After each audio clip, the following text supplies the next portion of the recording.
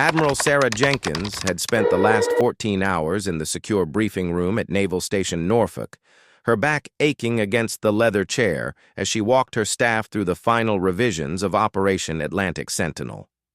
The fluorescent lights hummed overhead, casting the same sterile glow they always did, and the smell of stale coffee clung to every surface. She was the first woman to command the entire Atlantic Fleet, a fact that still made her feel like she was wearing someone else's uniform, but she had earned every star on her collar through 2 decades of relentless service. Her eyes burned with exhaustion as she initialed the last page of the operational order, her signature precise and unwavering despite the late hour. The operation was massive in scope, involving 3 carrier strike groups, 12 submarines, and over 40 support vessels. It would be the largest naval exercise in the North Atlantic since the Cold War, and every detail had to be perfect. She thought about the young officers who would be standing watches through the night, the sailors who would miss their children's birthdays, the families who would wait by phones that might not ring for weeks. That was the weight of command, she reflected, not the decisions themselves, but the people who had to live with them. She dismissed her staff just after midnight, watching them file out with the hollow-eyed look of people who had been pushed past their limits. Commander Hayes, her chief of staff, lingered at the door with the concerned expression he wore whenever she worked too late. He was a good man, she thought, the kind who remembered birthdays and asked about grandchildren. But he had learned long ago not to argue with her about sleep. "Admiral, it's late. Let me drive you home," he offered, his hand resting on the door frame. She shook her head with a small smile. "I need to clear my head, Tom. Go home to your family. I'll see you at 0600. He hesitated, wanting to protest, but he knew that look in her eyes. "Yes, ma'am. Good night, Admiral." The door clicked shut behind him, and she was alone with the maps and the silence. She gathered her cover and her leather briefcase, the one her father had given her when she made captain, worn now at the corners but still sturdy. The passageways of the naval base were quiet at this hour, her heels clicking against the polished floors as she made her way toward the parking lot. The night air hit her face like a blessing, cool and salt-tinged from the harbor. And she stood for a moment, just breathing it in. The stars were out, faint through the base lights, and somewhere in the darkness, a buoy bell tolled its lonely warning. She should go home. She knew she should go home. There was a husband sleeping in their bed, a man who had followed her from posting to posting, who had raised their children while she commanded ships, who never complained about the dinners she missed or the anniversaries she forgot. But the thought of that empty house, of lying awake with the operation still spinning through her mind, felt unbearable. She needed to be around people, even if she didn't talk to them. She needed to remember what normal felt like.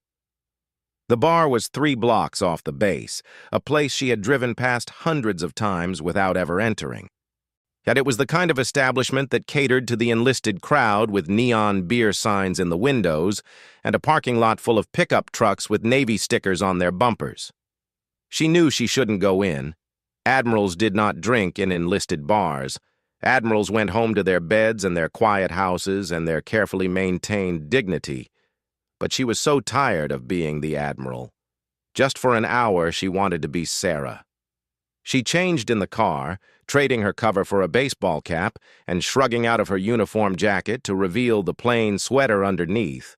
Her stars went into the glove compartment, her rank invisible for the first time in months. In the rearview mirror, she looked like any other woman in her 40s, tired and ordinary and anonymous. It felt like freedom. The bar was louder than she expected. A country music playing from speakers she couldn't see. The air thick with the smell of beer and fried food, and something floral from a candle on the bar. She found a seat at the far end, away from the crowd of young sailors playing pool, and ordered a glass of wine from a bartender who barely glanced at her.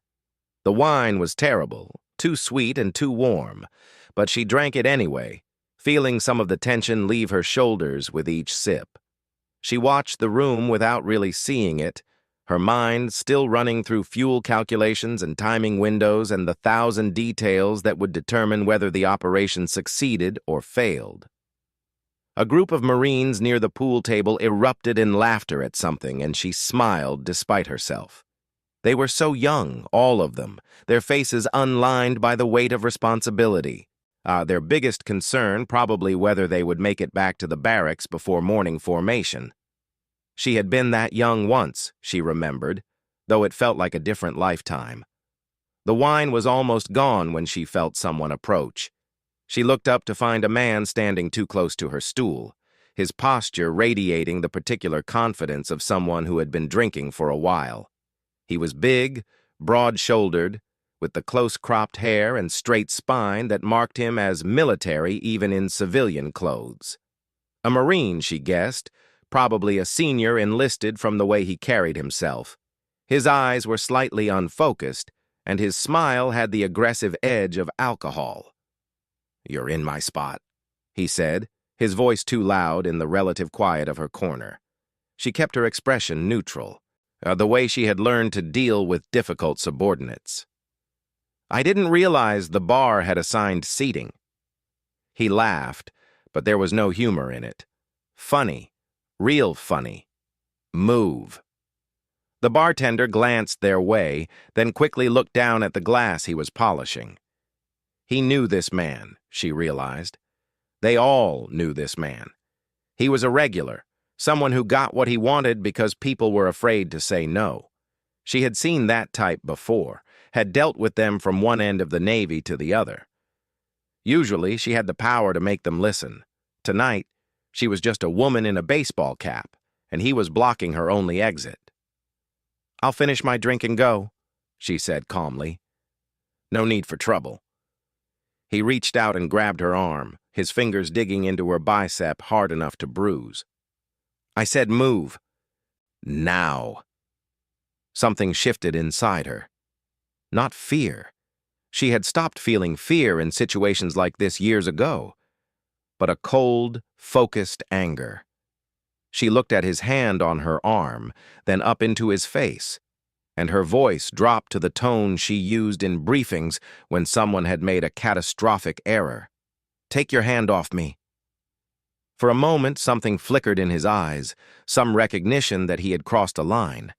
But the alcohol and the crowd and the years of being the biggest man in the room won out. He tightened his grip and pulled, trying to drag her from the stool. He never saw it coming. 30 years of jiu-jitsu, of training with operators who could kill a man with their bare hands, of staying ready even when it seemed unnecessary. It all came together in one fluid motion. She twisted her arm against his grip, breaking his hold, and used his forward momentum to pull him off balance.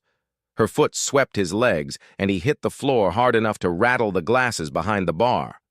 Before he could react, she had his arm pinned behind his back, her knee on his shoulder, his face pressed into the sticky floor.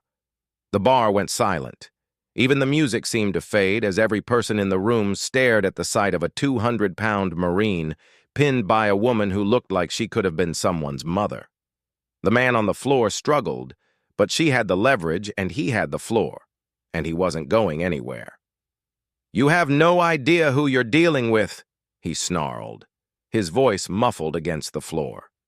She leaned down, her mouth close to his ear, and spoke quietly enough that only he could hear. "Neither do you." The moment stretched, electric and strange. And then the bartender was there, his voice shaking as he told the man to leave, to get out, to never come back. She released him, and he scrambled to his feet, his face dark with rage and humiliation. He pointed at her, his finger trembling. "This isn't over. I'll find out who you are. I'll—" He stopped. She had pulled off her cap, and in the dim light of the bar he saw her face clearly for the first time. Not just a woman. Not just someone's mother. He saw the eyes that had looked down from podiums, the face that had been on the cover of Navy Times, the admiral whose name was spoken with respect from the Pentagon to the Persian Gulf. His face went pale, then gray. His hand dropped to his side, and for a terrible moment, she thought he might be sick. "Ma'am," he whispered. "Admiral, I wouldn't have—" "But you did," she said quietly. "You did." He stood there, swaying slightly, his entire world collapsing around him. 20 years of service, maybe more. A career built on discipline and respect, destroyed in 5 minutes of stupidity. She could see him calculating, trying to find a way out, but there was no way out. There was only the floor and the silence and the woman who held his future in her hands. She looked at him for a long moment, then sighed. "Go home, Sergeant Major. Sleep it off. We'll talk in the morning." His eyes widened. He knew what she was offering. A chance. A thread to hold on to. He nodded, unable to speak, and walked out of the bar with the slow, careful steps of a man who had just survived an explosion and wasn't sure yet if he was still alive. The silence held for another heartbeat. Then broke as conversations resumed, quieter now, with glances thrown her way that she pretended not to notice. She finished her wine, the terrible sweet wine, and left enough cash on the bar to cover it and a generous tip. The bartender started to speak, to offer something, an apology, an explanation, she didn't know. But she just shook her head and walked out into the night. The air was still cool, the stars still faint, the buoy bells still tolling. She got in her car and sat for a moment with her hands on the wheel, feeling the adrenaline fade and the exhaustion return. In the glove compartment, her stars waited for her. In the morning, she would put them back on and be the admiral again, and she would decide what to do about a sergeant major who had made the worst mistake of his life. But for now, she was just Sarah, be tired and alone and wondering, as she drove home through the empty streets, whether she would ever be anything else. The morning came too fast, as it always did. She was at her desk by 05:30, the stars back on her collar, the briefcase at her feet, the operation spread across her monitor. Commander Hayes brought her coffee without being asked, the way he had for 3 years, and she thanked him without looking up. The night before felt like a dream, something that had happened to someone else. At 800, her assistant knocked on the door. "Admiral, there's a Sergeant Major Thompson asking to see you. He doesn't have an appointment, but he says it's urgent." She set down her pen. "Send him in." He came in wearing his dress blues, pressed and perfect, his cover under his arm. He stood at attention in front of her desk. His eyes fixed on a point above her head, and she saw that he was older than she had realized last night. Close to retirement, probably. A career's worth of service written in the lines on his face. "Sergeant Major," she said. "At ease. Sit down." He sat, perching on the edge of the chair like a man expecting to be shot at any moment. His hands rested on his knees, and she noticed that they were shaking slightly. "Admiral, I came to—" He stopped, swallowed, started again. "I wanted to apologize. In person. What I did last night was unforgivable. I have no excuse. I was drunk and stupid, and I disgraced my uniform and my corps, and I understand if you want to ruin me. I deserve it." She studied him for a long moment. 25 years, she guessed, maybe more. Deployments and separations and Christmases spent in foreign ports. A wife at home who had learned to live alone, children who had grown up with a father who was always leaving. She knew that story. She had lived that story, just from the other side. "You have a good record, Sergeant Major," she said. "I pulled it this morning. 23 years, multiple combat deployments, numerous commendations. Your last fitness report called you the backbone of the battalion." "Yes, ma'am." "So last night was an aberration." He hesitated.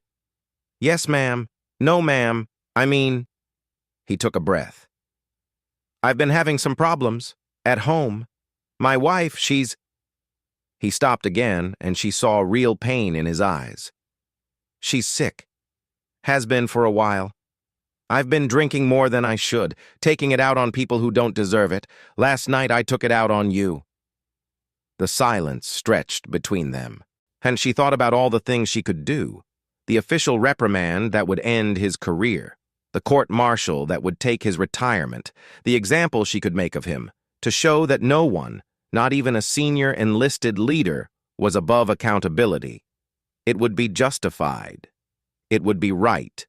And it would destroy a man who had given 23 years to his country, who had a sick wife at home, who had made one terrible mistake in a lifetime of service. "Sergeant Major, I'm going to tell you something that I don't tell many people." She leaned back in her chair, and for a moment she wasn't the admiral. She was just Sarah. 20 years ago, I was a lieutenant on a destroyer. I was young and ambitious and stupid, and one night in port I made a mistake. A bad one. If the captain at the time had decided to make an example of me, my career would have ended before it started. But he didn't. He called me into his office the way I called you into mine, and he told me that one mistake didn't have to define me. He gave me a chance. She stood and walked to the window, looking out at the harbor where her ships waited. "I'm giving you that chance. Not because you deserve it. You don't, and you know that. But because 23 years of service deserves something better than a court-martial over a bad night. You're going to get help for the drinking. You're going to take care of your wife. And you're going to spend the rest of your career being the leader that your fitness reports say you are." Behind her, she heard him stand. When she turned, there were tears in his eyes, and though his face remained composed. "Admiral, I don't know what to say. Don't say anything," she interrupted gently. "Just do it. Now get out of here. I have an operation to run." He saluted, crisp and perfect, and she returned it. At the door, he paused and looked back at her. "Ma'am, if there's ever anything I can do, anything at all, you just say the word." She nodded, and he was gone. She stood at the window for a long time, watching the sun rise over the water, and wondered if her captain had felt like this when he gave her that second chance all those years ago. Like the weight of command wasn't just about making hard decisions, but about making the right ones, the human ones. The operation launched 3 days later, and she watched from the bridge of the flagship as the greatest naval force assembled in a generation steamed toward the horizon. Somewhere in that vast armada was a sergeant major who had learned that even admirals were human, and an admiral who had learned that even Marines could be forgiven. The sea stretched before them, gray and endless and full of possibility, and for the first time in a long time, Sarah Jenkins felt like she was exactly where she belonged.